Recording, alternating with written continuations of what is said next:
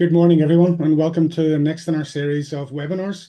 My name is Tom Houston. I'm the industry engagement head of industry engagement, sorry, for the Digital Twin Centre. So, just going to run you through the agenda very quickly. I'm going to say a few words at the start, and I'm going to hand over to the proper experts.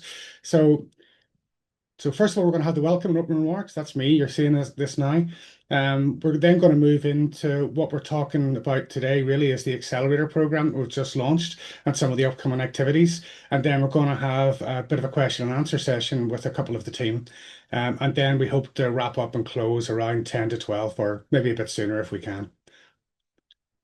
That's me, Head of Industry Engagement. Always start off these things talking about what our mission is. And there is that very kind of um, corporate kind of mission that we have. But I think the other way to look at this is to understand what the problems are that we're trying to solve. Our problem at the moment with digital twins is that most people don't know what they are. Those that do know what a digital twin is think they're really expensive. And the last bit is there's not a huge amount of expertise out there in the marketplace to help, in particular, SMEs achieve what they want to achieve with, the digital twin technologies. In the centre, we have three industry partners at the moment. We're also looking at bringing some other industry partners in. They focus heavily on the three sectors that we're currently involved in, which is defence, aerospace, and maritime. Some of the expertise in these companies is incredible. We're leading expertise in digital twins, and more importantly, digital twin technologies. You'll hear us talk more and more about digital twin technologies, and I'll explain in a minute why exactly we do that. We have experts in all of the main kind of peers, if you like, our pillars of a digital twin. So we have a team in our Belfast centre. You're happy to talk to them, happy to come to the centre. The resources that are there to be used, and we're happy to make those resources available. When you go, Alison. Okay, and then there's obviously our digital twin discovery series, which is these webinars. The other thing I want to talk very quickly about is why we're running accelerators and what the purpose of the accelerator is. I know a lot of the people on the webinar today are interested. We had an amazing amount of expressions of interest in the accelerator, and so I'm going to give a tip for everybody who's applying for that. What we're looking for, this is not a typical accelerator where it's a proof of concept of some weird and wonderful technology. We deliberately structured this accelerator so that it's a lead into commercial activity. So what we're really looking for is tech companies and their industry partners to come together and do a return on investment on a potential proof of value. Doesn't have to be a full digital twin, it can be part of a digital twin, but the thing that's going to really highlight what you're doing and get you onto the accelerator is if you can actually demonstrate that if we are successful in getting this return on the investment in this proof of value, then there is a potential commercial contract of X. And the reason I say that is because our digital twin center is not just a theoretical research center. It's there to try and help SMEs in particular drive business into the market. And that brings me on to the next piece, which is we have a lot of contacts and we work with a lot of people in that kind of tier one prime contractor market space. And what we want to also do is be there to introduce SMEs into that space. We have a number of opportunities where we can take SMEs and make them available to those large companies. And I think that's a major benefit in working with us on that. I'm now going to hand over to Esan, and Esan will take you through from here on through.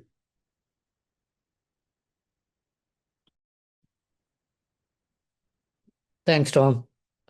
Hi, everyone. My name is Ehsan Mukhtar, and I'm the Innovation Manager at the UK Digital Twin Centre. I'm excited to take you through an overview of what we have to offer, especially around Accelerator, and how you guys can get involved. Toby, next slide, please. So let's begin by understanding the journeys we are supporting. So for companies who are just starting out or who are trying to understand digital twins better, we have webinars and master classes like these. For companies who are further down the line and want to create proof of concept for an idea, we have accelerator program. And lastly, we have labs and real world environments for more mature companies. Again, at the heart of all of this is our belief in partnerships. We are actively trying to connect SMEs, tech vendors, and industry leaders, Tom just mentioned, to encourage knowledge sharing and unlocking new commercial opportunities. To the next slide, please. And one of the first touch points for organization like yours is our readiness assessment. So this tool helps you identify where you are in your digital twin journey and how you can best and how we can best support you and the next steps. So it's a quick, insightful, and a great way to map out potential collaboration that you can have with the UK Digital Twin Center. All of these events lead up to our accelerator, and we have recently launched our digital twin adoption accelerator program, which is focused towards SMEs. It is preformed teams of SME industry adopters and industry vendors working together to form a proposed digital twin use case. And in the course of the next 6 to 7 months, as they become part of the accelerator program, they're going to build a proof of concept. Um, and we are going to help them through the mentorship that we have in house and the funding support that we are providing. The open call was launched last week and is going to remain open till 10th of October, which is same time next month. So we have another 30 days. We are trying to provide SMEs with a safe and supported pathway to de-risk commercial projects. That's our objective for the accelerator, and turning high potential ideas into deployable revenue generating digital twin applications. Um, and as part of the accelerator program, the companies uh, are going to get, like I said, mentorship from the digital twin experts. Some of them are in-house tech team. We have a funding support of £100,000 per team, access to UK Digital Twin Center and our lab facilities, opportunities to showcase your solutions at different events that we are going to organize, and access to our extensive digital catapult network for partnerships and growth. Um, but one question that comes to everyone's mind is, who is this program designed for, and what we are looking for in terms of teams that bring together this solution. So, like I said, and Tom emphasized as well, is we are looking for a consortium of two type of companies: one, an SME vendor, someone who is providing or creating a digital solution, and then on the other hand, an SME industry adopter. Again, SMEs is important. An SME industry adopter looking to integrate those solutions into their operations. Both companies should be UK registered, and ideally, industry adopters should operate in maritime, aerospace, and defense sectors. While the technology vendors should specialize in one of those six technologies which you just saw, which Tom mentioned. How we are evaluating the applications is another important question. So again, we have mentioned these areas as part of the application as well. You can find them under the key links areas. But just to highlight a few things around innovation, how unique and impactful your solution is, how the collaboration between the two, the industry SME adopter and SME vendor, how the alignment is looking like, how realistic it is. We have 6 to 7 months of creating a proof of concept. So how achievable the project plan is, the commercial impact, of course, target market alignment. So if maritime, aerospace, defense are our key sectors, so what's the alignment with that? So these are again the key areas that we are looking at. We want to fund projects that not only push boundaries but also demonstrate clear value for the industry. So if you think you are the right fit as an SME, and you have an SME partner on board who is willing to, test this solution with you, you can scan this QR code, and it will take you to our application page where you can apply. You can find all the guidelines required to fill the application on this link too. And one thing that Tom mentioned is that we're trying to connect SMEs with other relevant companies as well. And if you're and even if you're just starting out and want to know more about digital twins, we are also hosting these SME networking events, and where like-minded innovators, potential investors, and collaborators are coming in. These events are focused on building value and showcasing real-world applications of digital twin technologies. One other accelerator that is coming up, just for information purposes, which we are working on, um, is more focused on R&D. We are calling it Academic Accelerator. This accelerator is R&D focused and is designed to engage academia in solving complex industry challenges. And these industry challenges are going to come from an advisory panel, which is formed, which includes, in fact, leading tier one companies in aerospace, maritime, and defense sectors. So once the challenges are identified and published, academic institutions and research organizations will be invited to propose their solutions. So this is an opportunity to apply cutting edge research to real world problems and tangible industry relevance. If you're just interested about learning about other programs that we have to offer, go ahead and scan this link. And this is your gateway to Accelerator.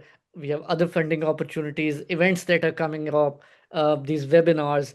So please go ahead. Once again, thank you for joining us. I'll now hand it over to my colleague Toby. Toby, over to you.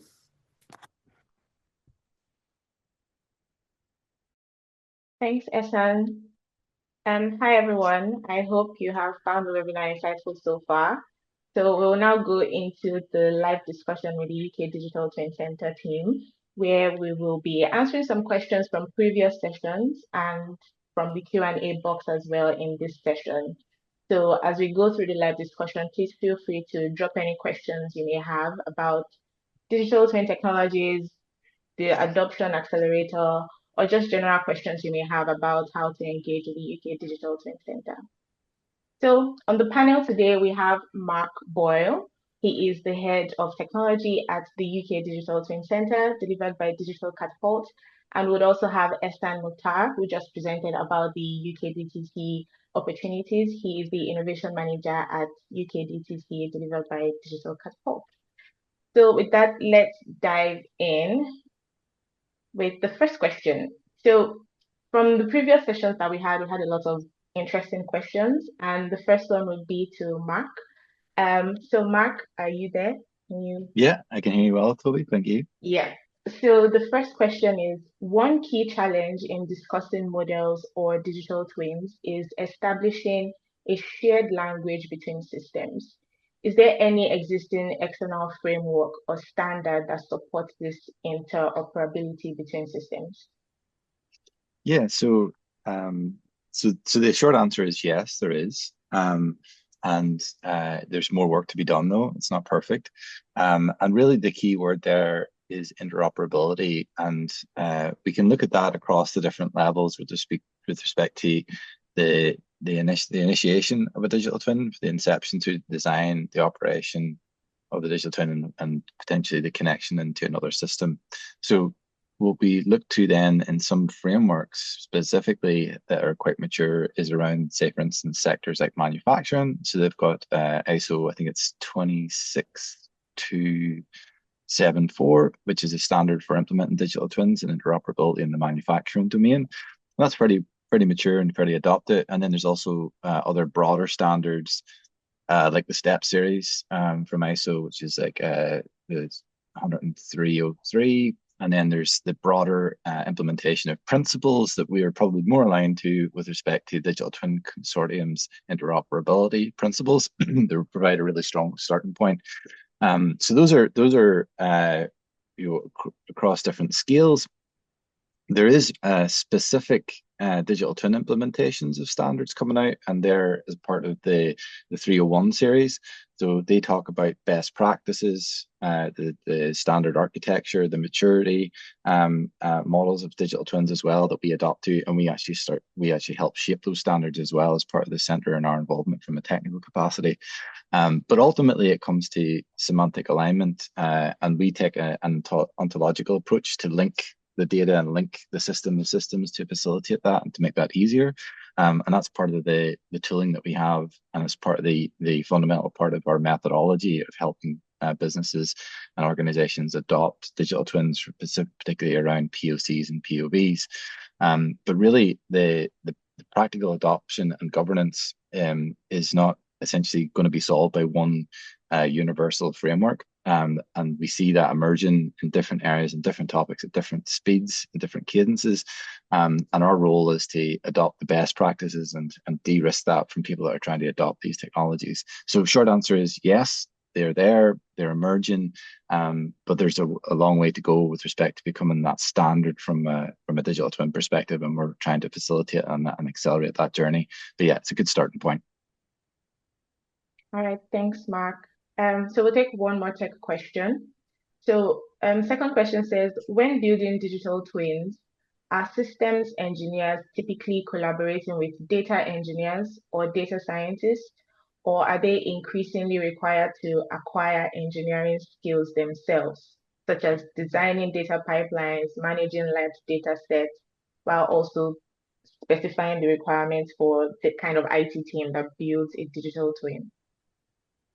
Yes, this is a really fantastic question, and I think that's reflective of not just what we're doing in the center is innovative with respect to the application and the adoption of digital twins, but how we're doing it is really quite innovative too. And we're really trying to support people on that journey and build a team that's reflective of those skills and capabilities that are needed to build a digital twin. And really that touches on those 6 areas that Tom had alluded to with respect to data services, the integration, the intelligence, the UX and immersive, underpinned by the asset management, and then the trustworthiness. So there's a whole blend of skills there, and to which the system engineers, the data engineers, and data sciences will play an important part in that. But essentially, it's a team sport, digital twins. It's not one group, one vocation that solves the digital twin problems. And that's one of the benefits of being able to interface with such an accelerator, is that you get access to such a team and you're able to work in that new modality. From a pipeline perspective, that's one of the things actually we've starting to look into with respect to the R&D capacity of the center, is trying to apply the DevOps approaches with respect to development of cyber physical systems. So we hope to inspire the community of practitioners to transition from what we consider DevOps to then that was meant at the ML ops or AI ops. And then hopefully in the future, we'll be able to then say that we've essentially brought to pass DT ops, which is digital twin ops, and we'll leverage those common tools and augment those existing pipelines and those common tools that you're used to. I think Tom again referenced digital twin technologies. So it's not to say that we need a unicorn employee to build a digital twin. That's definitely not the what we're peddling from the center perspective. We're actually positioning ourselves is to make the barriers to entry lower, and really to make sure that we're using technologies that you're pretty familiar with already, but orchestrating those and leveraging those in a unique way to get to a digital twin. So when we think about the digitization programs that are in respective business, of digital transformation initiatives that you're live within your respective businesses, organizations, those will play an important part in the digital twin journey. And we hope to be able to leverage those now and in the future with respect to ownership and building of a digital twin. So yeah, so the short answer is collaboration remains essential. It's no perfect location that will solve the holistic digital twin part. System engineers play a very important role in that. And more hybrid roles will emerge, like for instance the role of ontologists, etc., will come to the fore, particularly with respect to agentic AI and those technologies. And then the deep engineering, essentially the data engineering responsibilities will still sit with the specialists, but the systems engineers, will really have a specific requirements clearly defined with respect to the cyber and the physical implementations of those. So yeah, so it's a team sport basically, but yeah, those skills will be still really valued. And we hope to multiply the value of that with the application of digital twins. But yeah. Thanks, Mark. That's very robust understanding of team capabilities and collaboration. Thank you. So next question is for Esan, and this is about the accelerator. So what does a successful applicant of the Digital Twin Adoption Accelerator look like? Since it's light touch, what are expectations from the team of a successful applicant for the accelerator? Yeah, so I think there are 2 parts to, I would say, a successful applicant. One is operational, and the other is obviously the application part. Operational, when I say operational, it is, a successful applicant is a pre-formed UK-based consortium, and the consortium consists of a tech SME vendor, an organization working in one or more, 6 technology areas, which Tom mentioned, and then an SME adopter working in maritime, aerospace, defense sector, who is willing to adopt and is ready to implement that proof of concept. So that consortium part, and then making sure that both of these companies are UK registered, have bank accounts here. So that's the operational part. But on the application side, making sure that they're stating the or understand the problem clearly, and the solution that applies is relevant to digital twin technologies. They have capabilities and resources to deliver a proof of concept within the 7 months, um, and a articulated budget, making sure it's detailed enough, not too much detail, but detailed enough of how the breakdown of the grant is going to look like, and the milestones that they are giving us. A compelling strategy of scaling the use of the proof of concept post, once the program is over. So I think these are the few areas that they need to focus on while they are filling out application, and can make them a successful applicant as part of the application process. All right, thank you, Essen. So next question is there a set percentage split of the fund between both partners in each team that will be applying for the Digital Twin Accelerator? Yeah, that's a question we have been getting a lot, and the answer is there's absolutely no fixed percentage split, predetermined by the program. Instead, in fact, the grant is £100,000 and is flexibly allocated based on consortium's proposed delivery plan. So you are going to tell us, as part of the application, that 50% goes to this, or adopter 50% goes to this, or 60/40, whatever the split is. And the applicants must explicitly state how the funding is going to be allocated between the technology vendor and the adopter, and break down per quarter or milestone. And the funding is going to be dispersed by Digital Catapult based on the milestones, and the deliverables accordingly during the 7-month program. So it's absolutely not fixed percentage. It is what you are going to tell us essentially. All right then, thanks, Essen. So we'll just take one more question before we go into the live questions, and this is for Mark. Someone asked in the previous session, when building digital twins, how does AI generated predictive imagery beyond real recorded data add value to digital twins, given the potential unreliability of unverified data? And also, how does this impact cost and safety? Yes, that's a really good question. And digital twins, like many different technology domains, has been affected by AI, and the subdomain of that being generative AI. What I would say is that in the context of intelligence in digital twins, that covers quite a broad spectrum of mathematical application of inference. It can be quite a simple business rule, like a yes/no binary decision, or it could be a physics-based approach to inference, or it could be a data-based approach, or even a blend of that with respect to physics-informed neural nets and things like that. So some of these concepts are starting to blend. But to take up with the question with respect to specifically the application of generative AI in the context of image generation, what I would say is that the synthetic data can add foresight, enabling simulation of failure modes and scenarios that are not yet observed. So you're able to expand the problem space quite rapidly with such tools. What I would say that the potential benefit of doing that is reduced cost by accelerating design, testing, and validation, but it's really critical to avoid unsafe assumptions. And really what I mean by that is that in the context of verification and validation of your system, or essentially what you're trying to apply it to, particularly in regulated domains. And what we're trying to uncover or understand that is, what is the question of interest and is it appropriate to ask that question of interest? What's with such a tool? And you're trying to then manage the uncertainty, so your quantification of uncertainty.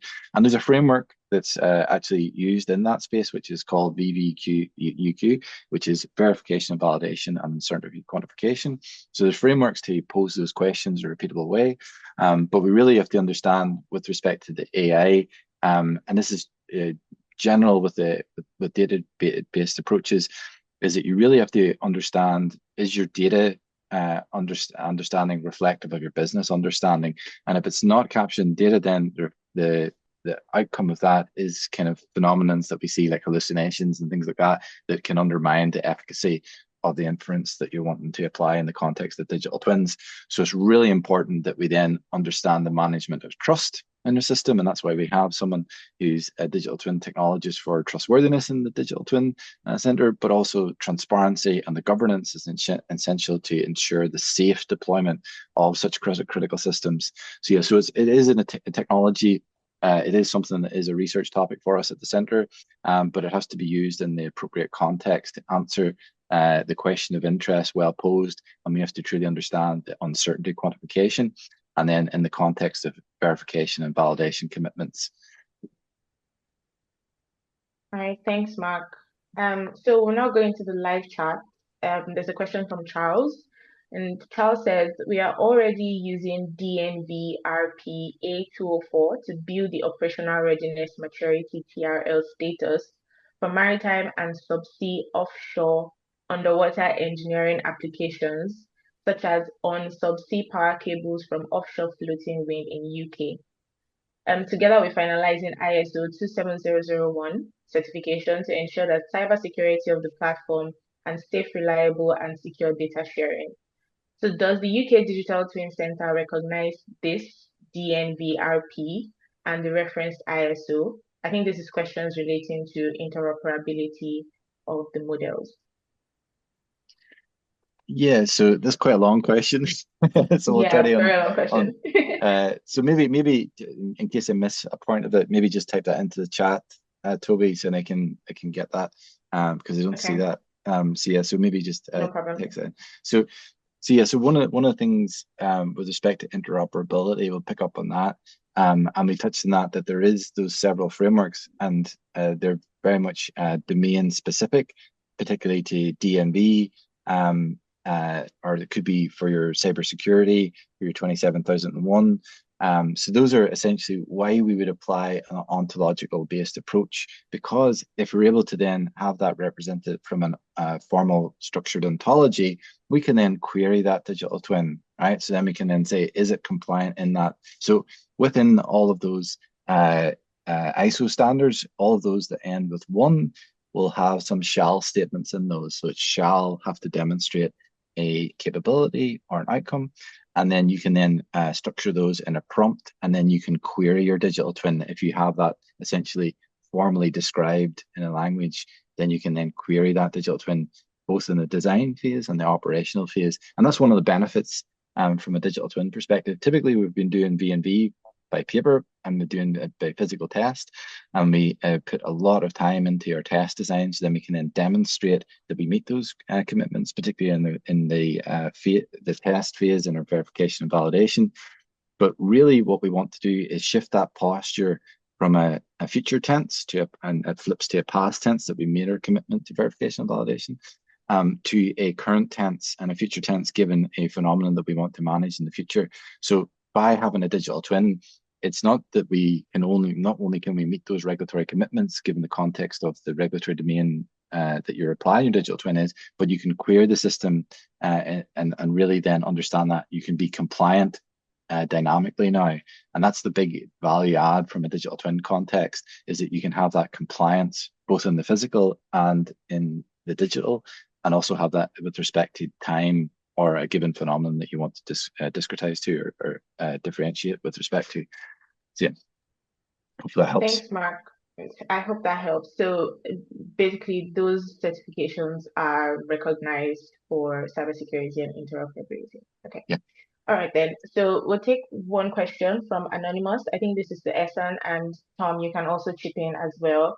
Anonymous asks, just wondering how strict it is for the industry to be in the maritime defense and aerospace sector.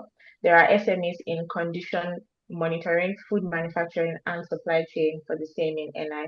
How do we include them? Do you want me to So take that maybe, one first, Essen, and then you can yeah. add? Yeah, look, our three sectors, as stated in our business case and what we're supposed to deliver, is defence, aerospace, and maritime. We're into the second year of the project now, and it was always the intention to add at least another two in the third year.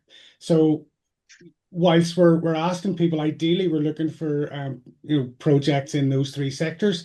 I think we're also well aware that there are people outside of those that can add to the conversation, and so I think we'll probably allocate a couple of the accelerator awards to people outside very strictly those. But I think it has to be, if it's an interesting problem to solve and it can be done in a really interesting way, that's where it's going to win. But I think it's not going to be 100% in the three sectors, but equally it's not going to be anywhere near a 50-50 split or anything. It'll be maybe one or two outside of our three sectors. Yeah.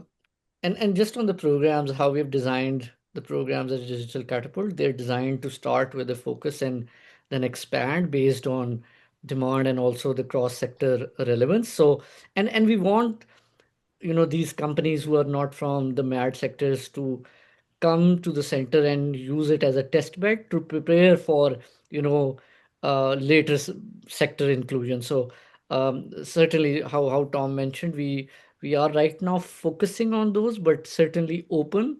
And then we do understand that, like you mentioned, for food manufacturing and supply chain, you know things are similar for aerospace as well, predictive maintenance and system optimization. So we do understand those cross-cutting technologies. So like Tom said, most of our companies we are looking at, but are going to be from mad sectors. But we are, if there's a very clear understanding of how the expansion in future into mad sector is going to look like, we are open to one or two companies.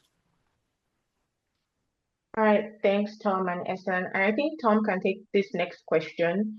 It says, what role do SMEs and startups play in the digital twin ecosystem? So why the focus on SMEs now?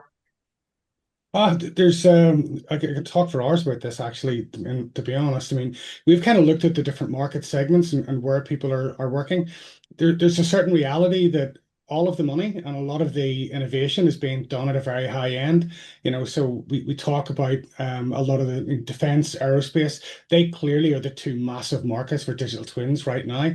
The budgets that are being spent in those is absolutely huge. They have teams of people working literally all day, every day on these projects, getting a huge amount of expertise on a very narrow subject matter. I think we're SMEs, the reason we're so keen to drive SMEs into this space isn't because we think SMEs should be using digital twins. Not really. There's a lot of SMEs we will talk to who will never go anywhere near a digital twin, but they will use some of the technologies that are available in digital twins to benefit their business. And I think it's the other thing that we talk about with SME adopters, for example. If you go to an SME adopter and ask them, are they interested in digital twins? The answer you will get almost universally is no, not interested in digital twins. What they're interested in is adding technology or processes that move their business forward, make them more agile and make them more profitable. So we always talk about the first step, and we're doing this narrative type of demo where we can see a company going from a very small company up to a huge company and where we can assist them at every point. The starting point for that could be a company with 5 or 6 employees manufacturing something in a small unit. And if we take those sorts of companies, where are they now? They probably use some sort of accounting system like Sage or Xero or something like that. And then they run their business almost universally on spreadsheets. And you'll see that right across the country. The first step is actually to take those spreadsheets, consolidate them, put them in a dashboard so management can actually make decisions on information as it's relevant right now instead of pouring through different sheets.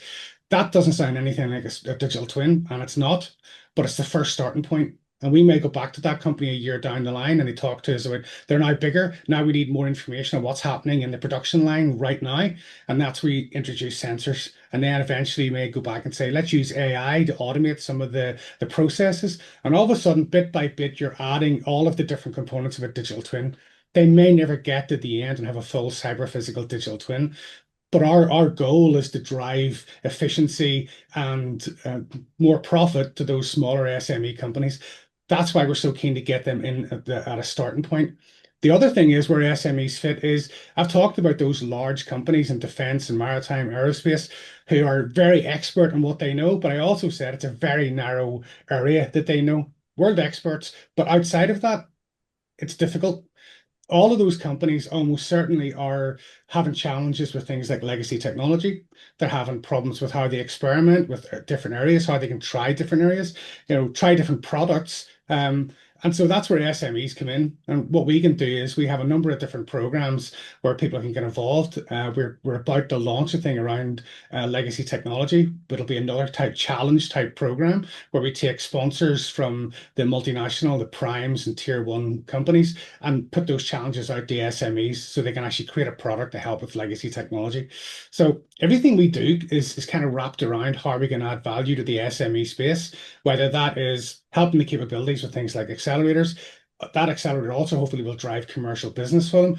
But more importantly, it's using the connections we have with a lot of large companies that we can introduce them, showcase their skills, and give them business within a bigger area. So hopefully that's kind of answered it.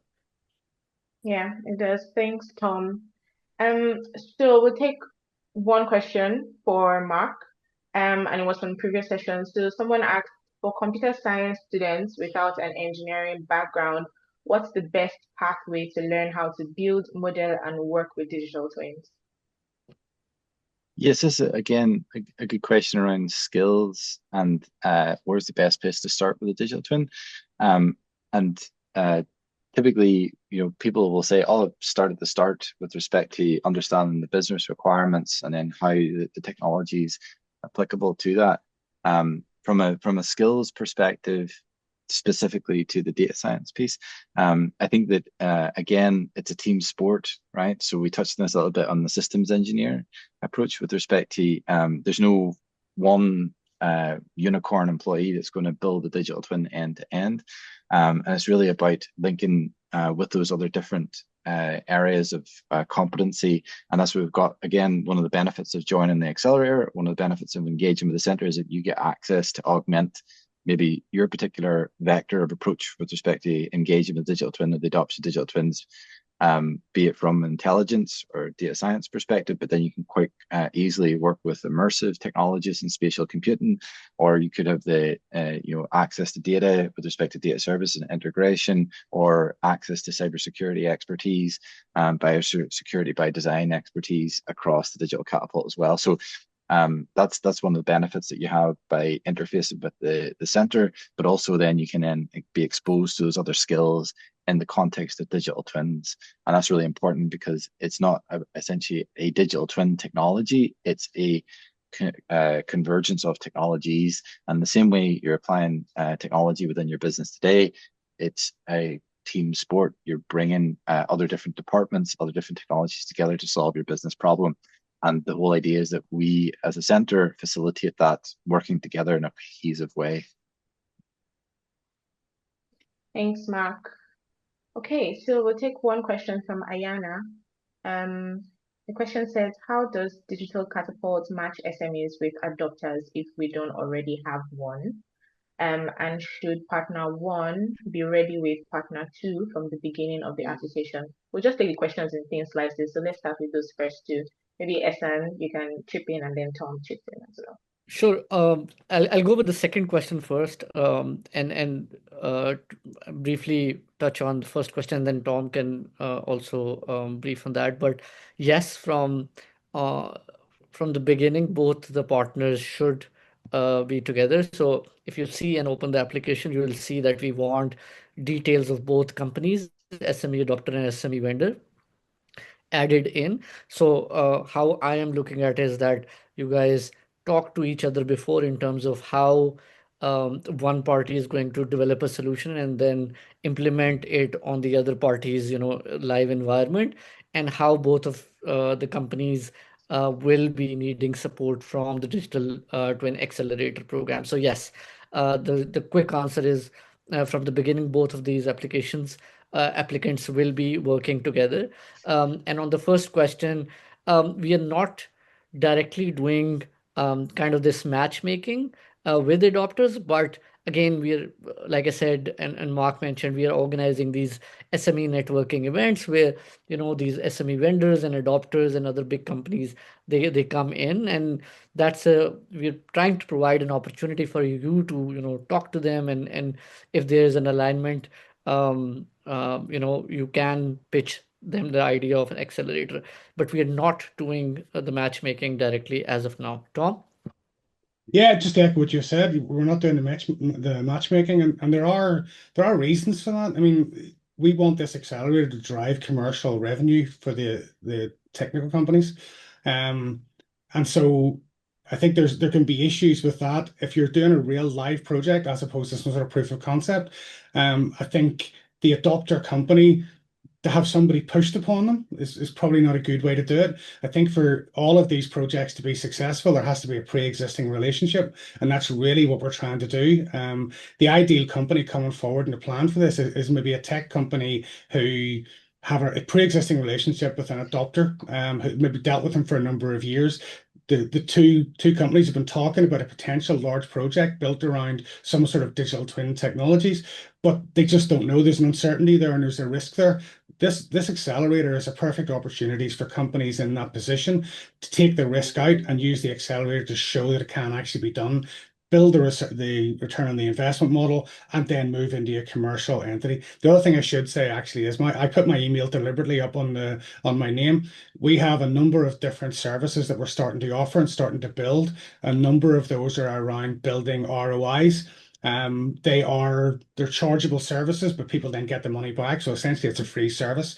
So there's a limited number of those. So if anyone needs some advice or some help on building returns on investment or even other parts of the model, then we can help on that as well. It's a service that's there to be used. All right, thanks, Essen and Tom. We're pressed for time, so I'll just take some few questions from the Q&A as well. And I think this one will be more appropriate for Mark. It's also from Ayana. And Ayana asks, what kind of data sets or digital twin frameworks will be provided, or are we expected to bring all our own data? Yeah, so typically we're not a data broker, so we don't provide data. Essentially, we provide the methodology for creating POCs and POVs. Now, it's not to say that we can't facilitate good relationships across, for instance, the Catapult network. And we do work with other catapults who have such data sets available to potentially use in the solving of digital twins. But yeah, I think that our posture is to provide the tools and the methodology to do POCs, and the participants or the actors coming into the center provide their data into that. So yeah. All right, thanks, Mark. Anonymous is asking, from a skills point of view, are there any open source digital twin technologies that SMEs can access? Mark. Yeah, so there is, but they're digital twin technologies as such, right? So there is some programs globally that are starting to play in the same space that we play with in the context of the UK and the UK Digital Twin Centre, like the Digital Twin Consortium, and they've made some tooling available, and some open source tools in the respective technology areas, be it from data services, integration, trustworthiness, even asset management, even intelligence, and even multi-physics solvers, and even some UX is low cost or open tools are available in those respective areas. Are they digital twin specific? No, they're not. They're in those taxonomy of technology vocations, but in the context of digital twin, can they be used? Yes, they can. And as part of that, with respect to the digital twin ops, or the methodology that we're developing in the center, is we've got some tooling that we have made available open source as well, with respect to ontology. So we've got an ontology management tooling, so you can essentially, it's very much a beta phase because of the early nature of the program, but you can use that to create ontologies of digital twins, and then you can then orchestrate them at the domain layer, and then orchestrate some of those other capabilities, be it commercial license capabilities or be it open source. We're agnostic of vendor, so we have to work with everybody. And if it is an open source approach that you want to take, we can work with the participants or the actors that come into the center if they choose to do it that way. All right, thanks, Mark. And then one question for Esan. Someone was asking about dedicated mentorship and access to a live environment during the accelerator. So would SMEs have access to mentorship and a live environment during the accelerator? So on live environment, I think Mark can add, but on dedicated mentors, so we have in-house, like I said, tech mentors, tech experts who will be sharing their time. So they won't be dedicated mentors, but a suite of mentors that these companies can book times with, and we are going to facilitate that. We are going to initially do a needs assessment, a health scan, and understand their requirements as well, and also kind of direct them towards the resources that we have in-house, whether they are mentors or other support. On live environments, Mark, would you want to add? Yeah, so we do have a development environment that we use in house to develop the methodologies and the tooling. And as part of that, there is that what we call digital twin as a service, the workbench, which is essentially a development environment for implementing POCs and POVs. Now that is a bounded environment, and we are limited with respect to our capacity to make that a scaled deployment of a digital twin.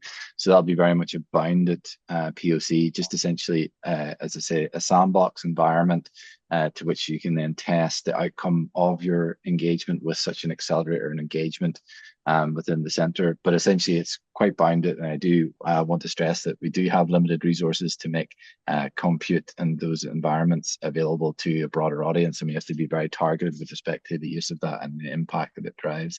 But yes, that is something that we can make available where appropriate in the context of an accelerator. All right, thanks, Mark. Thanks, Esan. So we have just a few more minutes. I'll just take one more question before we close. And this is a question from a previous session. I found it interesting because it has to do with a use case. And it says, what is the value of a digital twin from a soft facilities management perspective? And if you can share any use case examples of intelligent buildings that incorporate hard and soft facilities management digital twin applications.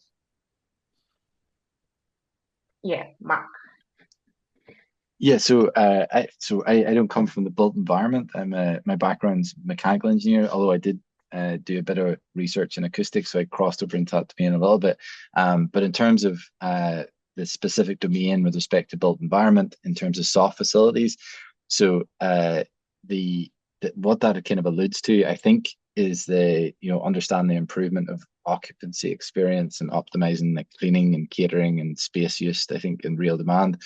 And then the integration with hardware, I think that's alluding to linking to asset performance with essentially service quality and creating that kind of holistic view, and then bringing that together is that intelligent office, and essentially it can be used, I think, mainly in regulated domains like hospitals and maybe in power, like nuclear plants and things like that. So dynamically align the maintenance and the occupancy and all those type of things. So yes, the application of digital twins is applicable to that.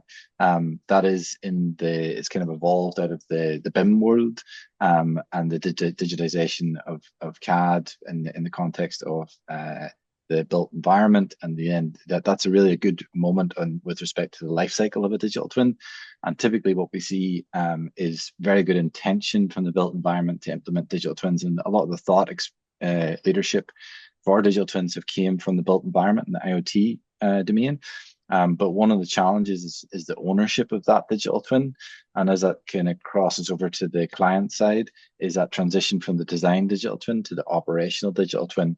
And again, I know I said the ontology world, but having an ontological representation of a digital twin then allows you to query it with respect to compliance with maybe a environmental management system or building management system or quality management system. You can then query that system to then understand, is that particular asset a room on the hard the FM side with then the SM side to then say, okay, I can query these two parts together to make sure that I'm compliant or it's reaching the business optimal point. So yeah, so that is something that digital twins can do. As I said, a little bit adjunct to the sectors that we're involved in with respect to maritime, aerospace, and defence, but from a technical perspective, a valid question. All right, thanks, Mark. And I think those are useful use cases that he has given people that may be thinking of facilities management. So I hope that you found that helpful. So I think that will be the last question that we'll take today. Thank you, everyone. Thank you, Esther, Mark, and Tom, for answering these questions. Just to mention that the next Digital Twin Discovery webinar will be happening next month. And so the registrations are open. We'll be talking about digital twin readiness for UK businesses with Nathaniel from Sansusi. And he'll basically be talking about how UK businesses can prepare to build a digital twins and how they can prepare to adopt or use a digital twin. So make sure you register for that session and we'll see you on the next one. Tom, any last words? No, not at all. I was just going to, potentially add a little bit to that question about BIM. I always use the example, the simplest example of what is a digital twin is the heating systems you can get for your house. So there's probably a lot of people on the call who actually have a digital twin in their house and don't realize it. You have Hive heating, you have Nest heating. We're also talking to a number of different councils, one in Northern Ireland and a couple in the UK, around how they're implementing a very simple BIM for some of their buildings, and it's the first step towards how you then do that for all of the council buildings and then start to collate all that data and work out how money can be saved in the run of these buildings. So it's an offshoot of what we're doing. But again, I think it's starting to become much more prevalent and people are asking us about it quite a bit. But that's me. Yeah, and thanks, Tom. Just to riff on that as well, because I think that it also works across the scale. So Tom's right, we're probably interfacing with digital twins on a personal level on a day-to-day, and we just don't call it a digital twin. If you take that up a layer as well with respect to policy, so one of the other programs that we work closely with is the National Digital Twin Program. And they've actually identified you using building management systems and data from that to understand policy intervention with respect to upgrading of houses to make sure that they're more energy compliant.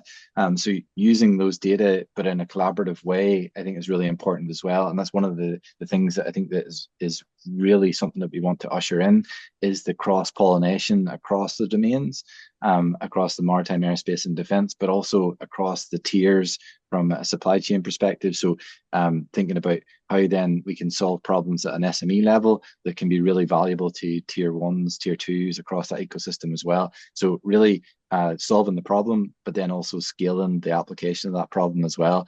But yeah, I think you're right, Tom, is that people are interfacing with digital twins on a day-to-day basis, and we're probably just not calling them digital twins. So yeah, it's a really, really good point to make. Thanks, Mark. Thanks, Tom. And just to mention, for the accelerator, we have a link on the program page that takes you to a booking page where you can book some time with the team if you have any questions about the accelerator. So make sure to read all the information on the program page, find the link, or you can reach out to us on our team email, which is also on the program page, to request some time with someone from the team, or you can just email Tom, whose email is in his name, if you have any more questions about the center, digital twin technologies, or the programs that we have. So with that, we have come to the end of the session. Thanks everyone for joining. We will see you on the next one. Bye. Thank you, Toby. Thank you, everyone. Bye-bye.